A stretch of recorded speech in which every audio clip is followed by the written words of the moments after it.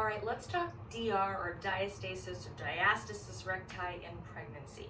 That's essentially when the middle of your six-pack muscle, the connective tissue called your linea alba, starts to thin and separate to make room for the growing baby. This is normal, this is functional, it has to happen. Our waists grow quite a bit. Mine's already grown 17 inches and I'm 37 weeks pregnant. I still have probably a couple weeks to go. So it has to happen. This is a good thing. We want to make room for this human life that we are creating. However, we want to minimize the degree to which our tissue stretches to prevent injury and to prevent a harder postpartum recovery. So we're all going to get diastasis. The question is, to what extent?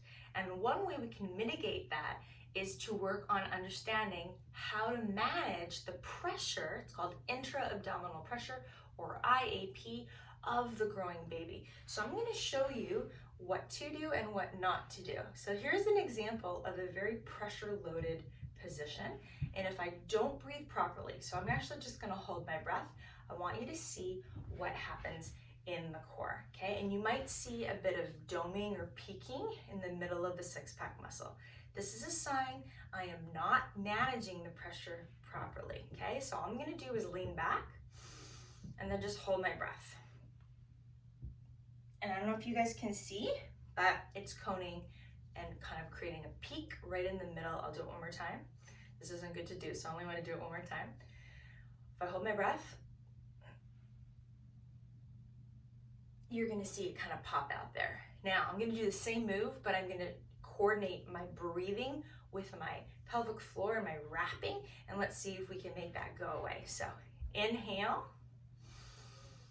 exhale, I'm going to wrap in and up.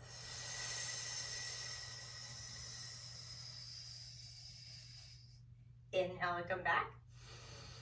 Again, exhale, I'm sort of doing blow before I go. I kind of support my core.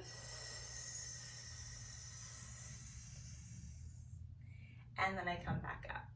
So I didn't get that same peak. I actually was able to protect against that very loaded pressure system. So this is what you would want to do. You would want to learn to blow before you go, before you lift up your baby postpartum, before you pick up those dumbbells. We want to work on mitigating that pressure, and we do that through our breath.